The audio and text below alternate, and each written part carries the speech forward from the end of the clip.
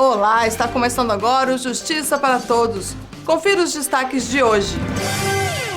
Decisão da Justiça Federal em Goiás tira a obrigação de alunos de pagarem por emissão de documentos acadêmicos. Tribunal Regional Federal da Primeira Região condena o ex-governador de Brasília por violação do painel eletrônico do Senado. E você vai acompanhar a terceira matéria especial da série 10 anos do Justiça para Todos. Na reportagem de hoje, vamos mostrar um pouco da história da TV Justiça e como esse veículo de comunicação mudou a forma das outras emissoras brasileiras informarem sobre as decisões do Judiciário. Eu sou Roberta Boni e o Justiça para Todos está no ar.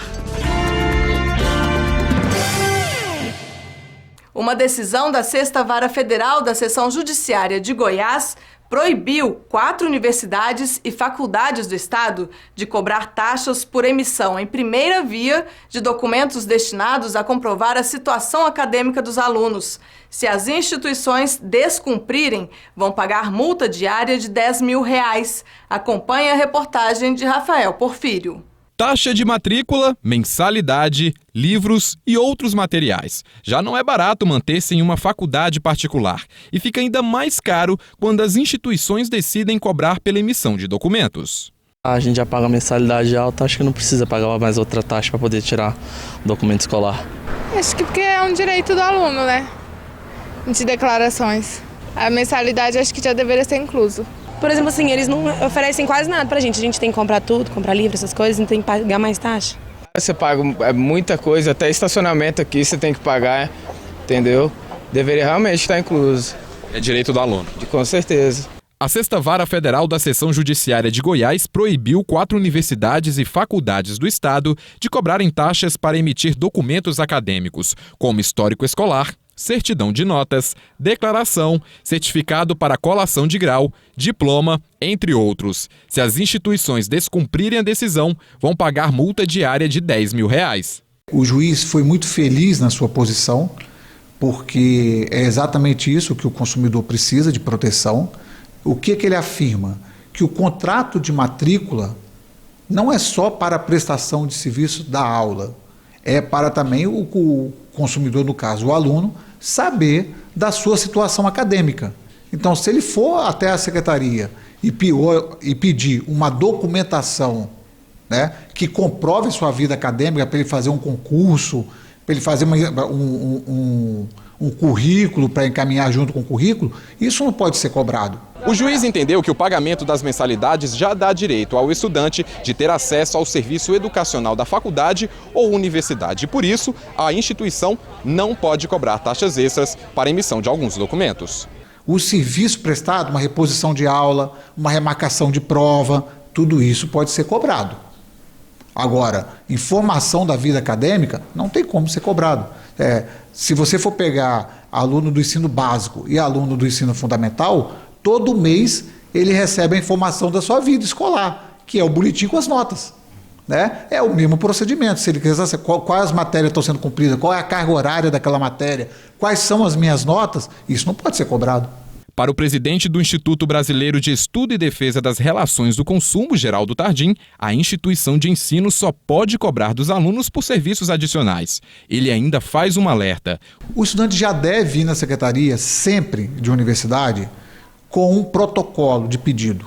Ele chega lá, faz uma solicitação, tá? E coloca embaixo, aguardo o encaminhamento da documentação ou a disponibilidade da documentação no prazo de 5 dias. Se falarem com ele que for cobrado, ele peça uma tabela do regimento de cobrança, ou ele pede que seja uma resposta que seja cobrado. Se não colocarem isso, ele procura o Ministério Público. Se colocarem, ele procura do mesmo jeito. E a Justiça Federal em Brasília condenou o ex-senador José Roberto Arruda e mais 3 pessoas pelo crime de improbidade administrativa. Os condenados estavam envolvidos na violação do painel eletrônico do Senado, que terminou na cassação do também ex-senador Luiz Estevão. A decisão é do juiz Alexandre Vidigal de Oliveira, da 20ª Vara Federal do DF, que conversou sobre o assunto com a nossa repórter Gisele Mourão. Acompanhe. Doutor Alexandre, como é que o senhor chegou a essa decisão de condenar os 4 réus por improbidade administrativa? Gisele, a condenação é uma consequência natural da avaliação dos fatos e das provas disponíveis nos autos. Todos esses elementos que estavam disponíveis, e fui eu que fiz a instrução desse processo, desde lá o seu ingresso em 2001, me levaram a esse convencimento de 4 condenações e de uma absolvição. No caso, como é uma ação civil, não é uma ação penal, o correto seria falarmos, né, de 4 procedências do pedido e de uma improcedência do pedido. Foram 7 réus, então por que somente 4 foram condenados? Na realidade, essa ação foi proposta contra 2 ex-senadores, contra 4 funcionários do Senado Federal, do Prodazem, e contra um prestador de serviço, um funcionário de uma empresa que prestava serviço de informática para o Senado. Um dos senadores veio a falecer no curso do processo, que é o senador Antônio Carlos Magalhães. E um dos servidores do Prodazem também faleceu no curso do processo. E demoraram 11 anos, né, doutor Alexandre, para que a decisão saísse realmente do papel. Por que demorou tanto essa decisão sair? A demora deveu-se à própria consequência do que é o nosso sistema judicial, né? Aí considerando tanto a estrutura judiciária à disposição, né, do juiz, a qual ele integra, como também a própria sistemática processual que nós temos. Eu posso te relatar alguns episódios que bem identificam a razão dessa demora. Por exemplo, quando um dos casos, né, que levou a esse retardamento foi que tão logo essa ação ingressou em 2001, em 2002 foi editada a Lei 10.628 e que estendia as ações de improbidade administrativa, como essa ação, esse caso do chamado painel do Senado. Então essa lei estendia as ações de improbidade às mesmas prerrogativas que o artigo 84 do Código de Processo Penal assegura para as ações penais. E que prerrogativa é essa? Em outras palavras, a lei diz que algumas autoridades, chefes do Poder Executivo, parlamentares, juízes, o foro competente para julgar ações penais contra essas pessoas não é o juiz de primeiro grau, são os tribunais. Ou um tribunal de segundo grau, ou mesmo o Superior Tribunal de Justiça, ou até mesmo, em último caso, o Supremo Tribunal Federal. Então essa regra é para as ações penais. É importante que se tenha sempre em mente que essa ação que foi recém-julgada é uma ação civil. É uma ação onde se busca responsabilidade e consequências de natureza administrativas em razão de um ilícito de natureza civil também. Não estamos aqui diante de qualquer ilícito penal e que se buscassem consequências da mesma natureza. Bem, então em 2002 é editada essa Lei 10.628. O processo estava em curso. E dizia então que como havia 2 senadores nesse processo, esse processo já não poderia mais ser julgado por aqui. Por mim, por um juiz de primeiro grau. Por ter 2 senadores, esse processo deveria ser encaminhado para julgamento no Supremo. Então logo foi editada essa lei, ajuizou-se no Supremo Tribunal Federal a ADIM 2727, que buscou considerar a inconstitucionalidade dessa lei. Ou seja, dizer que a prerrogativa de foro era cabível para as ações penais, como previsto desde o início do nosso sistema, né, a nova modalidade lá do artigo, essa modalidade específica do artigo 84. E o Supremo acabou acolhendo essa inconstitucionalidade, mas o fez em 2005. Então, de 2002 a 2005, esse processo não pôde ter curso, porque tudo que eu viesse a fazê-lo, né, estaria sujeito a não ter qualquer repercussão, porque seria praticado por um juiz sem competência. Isso poderia levar a uma nulidade. Além disso, esse processo está vinculado a uma ação popular. Esse processo que acabou de ser julgado no painel do Senado, da ação de improbidade, em que houve condenações, ele veio para mim para ser sentenciado no ano passado. Só que eu não poderia julgá-lo porque ele estava atrelado a um processo que não tinha ainda a sua instrução concluída. Esse outro processo só veio a conclusão para mim, a conclusão significa dizer, só estava pronto para eu julgá-lo agora em junho desse ano. Então logo veio, os 2 processos foram julgados. O ex-governador José Roberto Arruda e outros 3 servidores do Senado, eles foram condenados então por improbidade administrativa. Qual vai ser a pena deles e a multa? As penas, elas são previstas na Lei 8.429. Para esse tipo de improbidade, porque a lei prevê 3 tipos de improbidade. essa ação foi uma ação de improbidade por violação aos princípios da administração pública, lá do artigo 37. Que princípios são esses? O da legalidade, da moralidade, da impessoalidade. Há outro princípio, mas no caso deles, esses três que foram caracterizados. E há também no Estatuto do Servidor Público, regra aplicável a todo agente público, o que se define como deveres funcionais, que são os deveres de honestidade, de lealdade às instituições. Então, esse caso do painel do Senado, os fatos, né, que levaram a justificar essa ação foram exatamente a violação a esses princípios e a esses deveres funcionais. Então, para esse tipo de situação, né, que é prevista lá no artigo 11, o artigo 12, inciso 3º, define como penas a perda do cargo público, a possibilidade de se tornar inelegível por até 5 anos, uma multa de até 100 vezes o salário do agente e a impossibilidade de contratar de receber crédito público, de contratar com instituições públicas. Se fosse ação de improbidade por outro motivo, por desvio de recursos, né, ou qualquer outra razão que o artigo 9º e o artigo 10º prevêem, essa, por exemplo, a pena podia ser maior. A inelegibilidade poderia ser de 8 anos. Mas nesse caso, a regra que se aplica é a regra do artigo 12, inciso 3º. A seguir, você vai conhecer a nova ministra do Superior Tribunal de Justiça, a Suzete Magalhães. E veja também a terceira matéria especial da série 10 anos do Justiça para Todos. É daqui a pouco, logo depois do intervalo.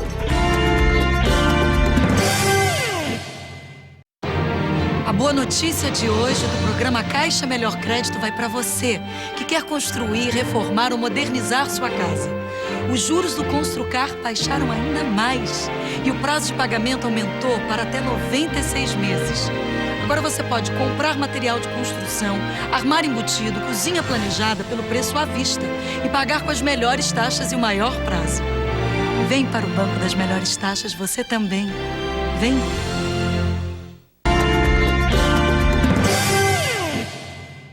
Os ministros do Superior Tribunal de Justiça receberam na terça-feira, dia 21, o relator geral e o relator substituto da Comissão Especial da Câmara para o Código de Processo Civil, deputados Sérgio Barradas Carneiro e Paulo Teixeira.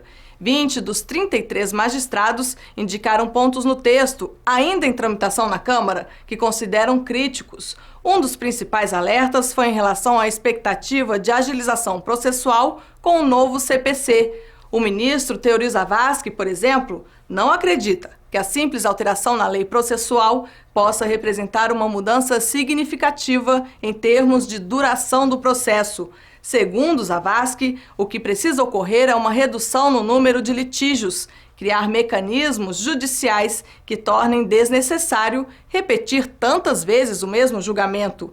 Depois de analisada pela comissão especial, a matéria segue para o plenário da Câmara. A juíza federal, a Suzete Magalhães, tomou posse na última terça-feira, 21 de agosto. Ela assumiu o cargo de ministra do Superior Tribunal de Justiça, no lugar do ministro Aldir Passarinho Júnior, que se aposentou. A juíza federal, a Suzete Magalhães, é a 7ª ministra a ingressar no STJ. Ela exerce a magistratura há 28 anos. A Suzete atuou também como advogada, assessora jurídica, procuradora autárquica e da República. A nova ministra foi aprovada em sabatina na Comissão de Constituição, Justiça e Cidadania do Senado em junho e um mês depois foi nomeada pela presidente da República, Dilma Rousseff. Autoridades de vários órgãos do judiciário apontaram a importância de se ter cada vez mais a presença feminina nos tribunais.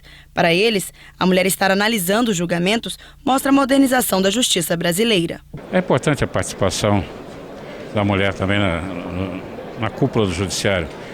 É que antigamente, talvez não tivesse, porque na faixa etária de atingir Tribunal Superior não havia tanta opção, né? E hoje em dia, nas faculdades e pessoal mais jovem, é que a gente encontra muita gente do sexo feminino. Hoje nós temos no STJ mais uma aposta de uma mulher, uma excelente juíza, uma magistrada de um currículo invejável e, portanto, acho seguramente que a Corte recebe uma grande magistrada para que possa cumprir também os grandes desígnios desse órgão judicional.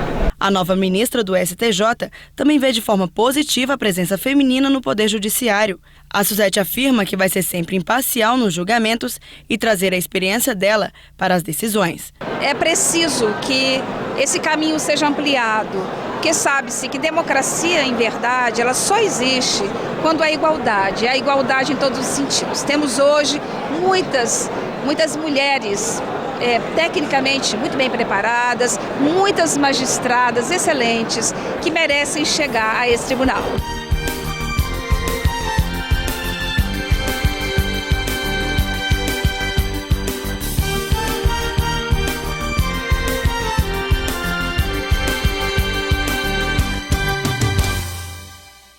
E na próxima sexta-feira, 31, os ministros Félix Fischer e Gilson Dipp tomam posse como presidente e vice-presidente do Superior Tribunal de Justiça. E a seguir, você vai saber um pouco mais sobre a história da TV Justiça, que completou, junto com Justiça para Todos, 10 anos no ar. É daqui a pouco, logo depois do intervalo.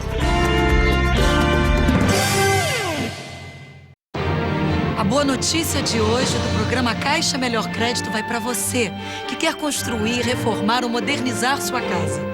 Os juros do Construcar baixaram ainda mais e o prazo de pagamento aumentou para até 96 meses.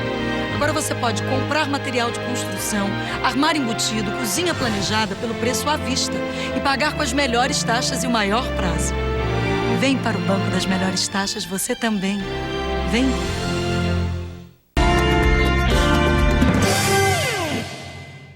Entre os dias 13 e 14 de setembro vai ser realizado em Curitiba, no Paraná, o 9º Fórum Nacional dos Juizados Especiais Federais. Durante o encontro, serão debatidos temas relacionados ao cotidiano desses órgãos jurisdicionais. As conclusões serão apresentadas às instâncias administrativas e legislativas competentes. Além disso, o evento produzirá enunciados com o entendimento majoritário dos magistrados federais sobre questões jurisdicionais relacionadas aos juizados especiais federais. Também será realizado em Curitiba, no dia 12 de setembro, o Fórum de Direito Previdenciário, organizado pelo Centro de Estudos Judiciários do Conselho da Justiça Federal.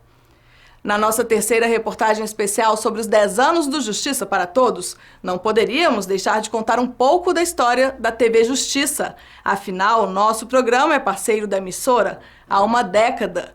Desde 2002, a TV Justiça dá transparência aos julgamentos e decisões do Poder Judiciário. O Supremo Tribunal Federal foi o primeiro tribunal a transmitir ao vivo as sessões dos ministros. Um marco na maneira de se informar o cidadão sobre o trabalho da justiça brasileira. Acompanhe a reportagem de Gisele Mourão.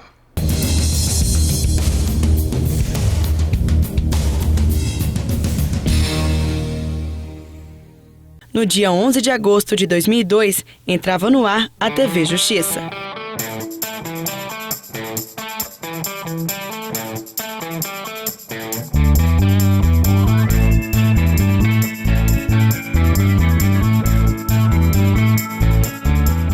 No primeiro dia de transmissões, o Jornal da Justiça mostrou uma reportagem especial sobre a TV, além de um julgamento gravado dos ministros. Uma das apresentadoras era Odete Rocha. Até hoje, ela guarda o primeiro relatório e as notícias que já foram publicadas. O dia da inauguração não foi o dia em que a TV entrou no ar. A inauguração foi no dia 2 de agosto e a TV entrou no ar no dia 11.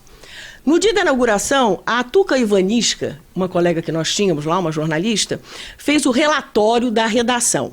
E todos nós assinamos. Ela escreveu o que nós fizemos de manhã, o que a Cláudia, a Tuca, o Cláudio, a Geide, a Terezinha. Às 16 horas foi a inauguração, então. A Ana Cristina fez um VT de inauguração para depois entrar no ar. Foi a primeira coisa que entrou no ar no dia 11. Foi esse documentário que a Ana Cristina fez sobre a criação da TV Justiça, incluindo essas cenas aqui da inauguração. Para Odete, o principal marco da TV foi dar transparência ao judiciário, mas também acredita que com a chegada desse novo canal de comunicação, as outras televisões aprenderam a informar melhor sobre as decisões da Justiça. Antes da TV Justiça, e até algum tempo depois dela ter entrado no ar, as notícias eram dadas dentro do formato que se dá notícias. Era um formato ato jornalístico clássico, não é? A notícia é o que está acontecendo agora, essa coisa imediata, sem explicar muita coisa. Quando a TV Justiça entrou no ar e começou a mostrar que as coisas precisavam ser explicadas porque as pessoas não entendiam, e começou a explicar também como o judiciário funciona, começou a explicar a diferença entre o que é um parecer, o que é uma sentença, o que é um acórdão, quem é juiz, quem é desembargador, quem é ministro, o que é uma decisão provisória, o que é uma decisão definitiva. A mídia como um todo começou a apreender isso, começou com certeza a estudar também, fazer o seu dever de casa e começou a explicar. Hoje, quando eu ligo a televisão, eu vejo um telejornal, eu vejo eles explicando. Ele está dando a notícia, faz um pequeno, uma vírgulazinha ali para explicar o que é aquilo. Inicialmente, a TV tinha uma equipe com 34 pessoas, mas esse não era o único problema.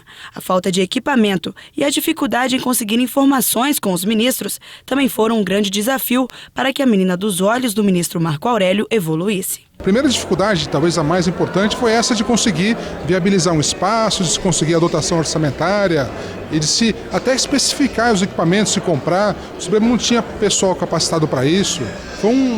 Foi bastante difícil, mas enfim, conseguimos lá, dentro de um prazo muito exíguo, comprar os equipamentos e fazer as reformas físicas para poder colocar a TV no ar. Ao mesmo tempo, era preciso uma lei que viabilizasse a criação da TV Justiça, coisa que o presidente do Supremo na época, o ministro Marco Aurélio, conseguiu, junto ao Congresso Nacional, rapidamente aprovar uma lei que viabilizasse a TV Justiça. E a terceira é uma questão interna, institucional, que era um pouco difícil para alguns ministros entender como é que funcionaria essa transmissão ao vivo das sessões, quais seriam as consequências disso. Com o tempo, as notícias do judiciário foram conquistando mais espaço nas emissoras brasileiras.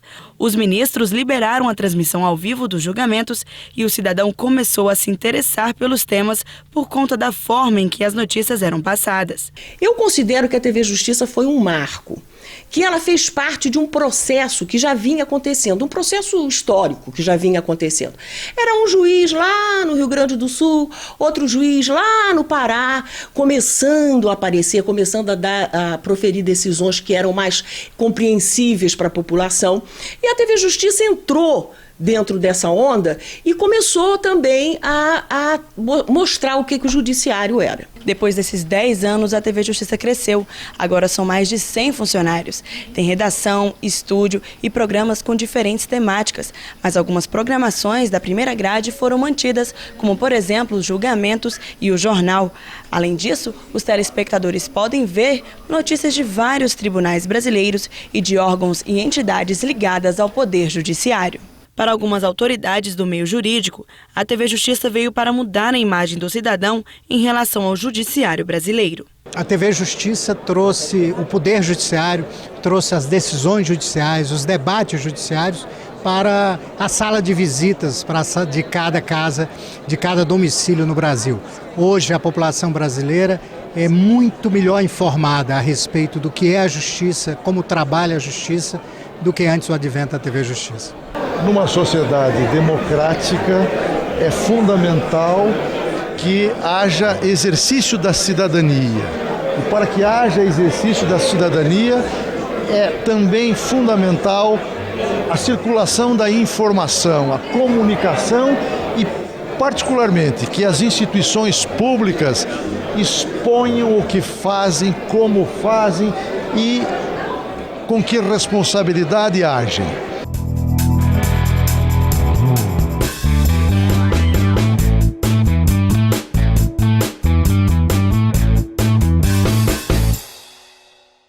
O Justiça para Todos de hoje termina aqui. Obrigada pela sua companhia.